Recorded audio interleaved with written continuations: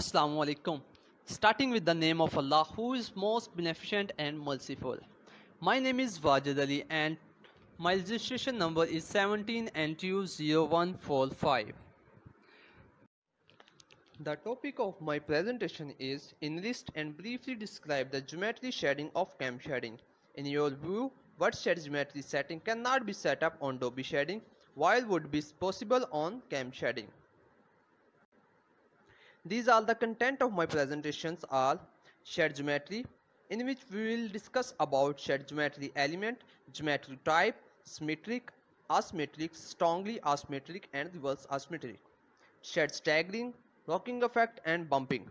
Then we will discuss about which kind of shade setting cannot be possible on Adobe shading while will be possible on cam shading. Now what is shade geometry? On a weaving loom, warp yarn is divided into two halves to make a shed. This division makes a specific geometry of dividing warp yarn called shed geometry. Shed geometry plays a vital role in controlling warp yarn tension, elongation and friction between them, resulting in a help in controlling weft density of fabric, pick penetration and has enhanced the machine efficiency. Elements of shed geometry are frame height, frame depth, cloth support height, backrest, wheelchair shed line, dropper box, top shed line, bottom shed line and front shed. As shown in figure that frame height is the distance between two reference points. It is usually measured when all frames are at same level. Frame depth. It is seen that it is the amplitude of heeled frame movement. Cloth support height. It is the most forward part of loom structure. It is exactly beneath the cloth fell. Backrest. It is also called deflecting roller and it is their most position. It is used to start making the shed. Virtual shed line. It is the line that divides the shed made at frame equally and is parallel to machine horizontal. Now let's discuss about symmetric shed. As shown in figure that in symmetric shed, whip roller height almost zero, cloth support and whip roller are at same height with respect to each other. The applications of symmetric shed is used in light fabric such as veil and head kerchief fabrics. The effects by using symmetric shed is the thread in upper and bottom shed having roughly the same tension, therefore the adjustment is very kind to warp ends. It is also noted that by using symmetric shed there is no locking effect is produced. Slightly asymmetric. As shown in figure that in slightly asymmetric shed, cloth support is at normal height and backrest is slightly above the normal. The application area of slightly asymmetric shed are it is used for light to medium weight fabrics. The effects of slightly asymmetric sheds are the bottom shed is tensioned more while the upper shed is slaked. The fabric can take more pick, it has more closer look and its handle and appearance are approved by using slightly asymmetric shed. Strongly asymmetric shed. As shown in figure that in strongly asymmetric shed, cloth support is raised quite above normal, backrest is raised at a highly high position. The application area of strongly asymmetric shed that it is used for very high fabric and high density fabric such as denim. Due to extremely high adjustment of cloth supporting plate and whip rollers, the bottom shed is very strong locking action produced by using strongly asymmetric shed. It is also noted that with this extremely slake upper shed, more attention must be taken for breakage. Reverse asymmetric. As shown in figure that in reverse asymmetric shed, cloth plates are normal position while backrest is below the normal zero. The effect produced by using reverse asymmetric sheds that with the adjustment the upper shed is tensioned and the bottom shed is relieved. This kind of setup is used for jacquard harness and rubber and is used for heavy fabrics or one lifted fats यानी कि one sided fabrics. Now we will discuss about backshed types. Short backshed, middle backshed and long backshed. Short backshed. As shown in figure that the whip roller is adjusted so that the most forward position toward heeled frames. The application area of short backshed is that it is used for heavy fabric of all kind of yarn, heavy warp yarn that separately bed the fabrics, demanding high warp tension. The effect produced by using short shed is that better separation of warp and resulting the short back shed. The threads have less opportunity of entanglement by using short back shed.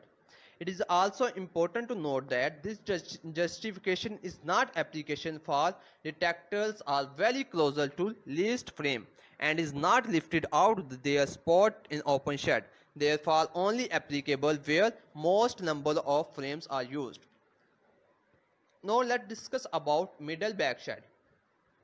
As shown in figure that in middle backshed whip roller is adjusted so it is medium depth. Application area of middle backshed is that it is used to medium light to medium fabrics like jacquard fabrics with more than number of shafts are used.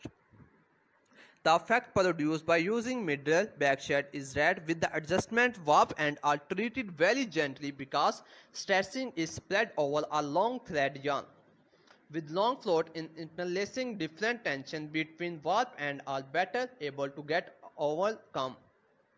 Long backshed. As shown in figure that in long backshed whip roller it is adjusted so that it is maximum depth.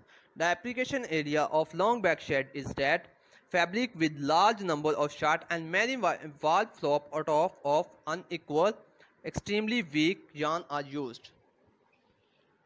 The effect that produced by using long backshed at the extremely long backshed enable different tension between warp and due to different floats is to evaluate our brattle. The warp and sag less also.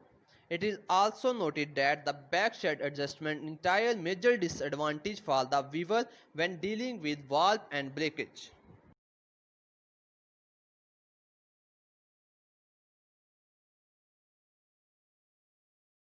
Now let's discuss about rocking effect.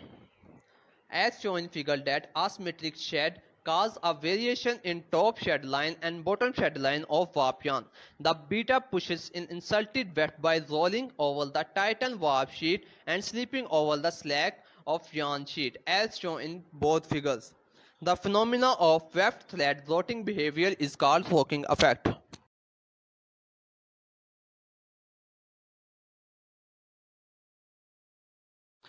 Now what is bumping? It is the displacement of cloth fell by reed at beat-up is sufficiently large. The cloth tension is beat-up will reduce to zero. The cloth will be nominally guide slack, the condition which is known as bumping. It is occurred due to most likely weaving near the limit value of fractional weft cover. It is easily recognized by noise the cloth make when it's suddenly tough against the reed reducer.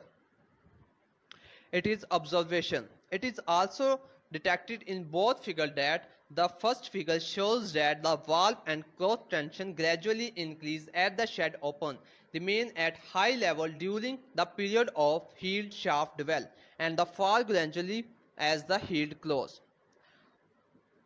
In figure B, under bumping condition, tips of the cloth tension peak is cut off and the weaver resist is reduced. In other words, bumping reduces the effectiveness so beat up. It is clear that normal weaving condition can be restored by increasing the basic warp tension until the tip of cloth tension peak is so longer cut off. It is also noted that it is only when the loom is bumping that is increase the basic warp tension, increase the effectiveness of beat up. Now let's discuss about shed staggering with respect to timing.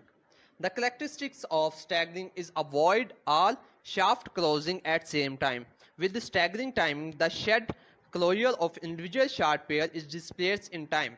The application area of shed staggering is used for very high warp tension are used and where high heaviness of yarns are difficult to separate. The adjustment. The salvage shaft always closed fit is at about 350 degrees centigrade. As shown in figure that there are many shams are used for staggering with respect to time. In figure it is seen that it is 5 degree sham, 10 degree sham, 15 degree sham, 15 degrees sham, 20 degree sham, 25 degree and 30 degree. These sham are used to change the time of shaft. As shown in figure is shown that the change in timing with respect to the change in timing of frame will this as shown in figure. This is the first frame and this is the second frame. This first frame is up and then second frame is up. These are the types of staggering with respect to time. Let's discuss about that which type of shed geometry setting is be possible for cam shading while not be possible on Dobby shading. In this figure shows that the tapered shading frame are more up and down with the help of cam. One cam is responsible for one heeled frame in cam shading, while in Dobby frame are more with the help of knives, as one or more knives are used in lifting of frame that lift the frames at same time. On other hand, a cam shading cam handles the each frame. That is why cam shading we can staggering with respect to time, while in Dobby shading it is not possible because all the frames lift up at same time with the help of knives.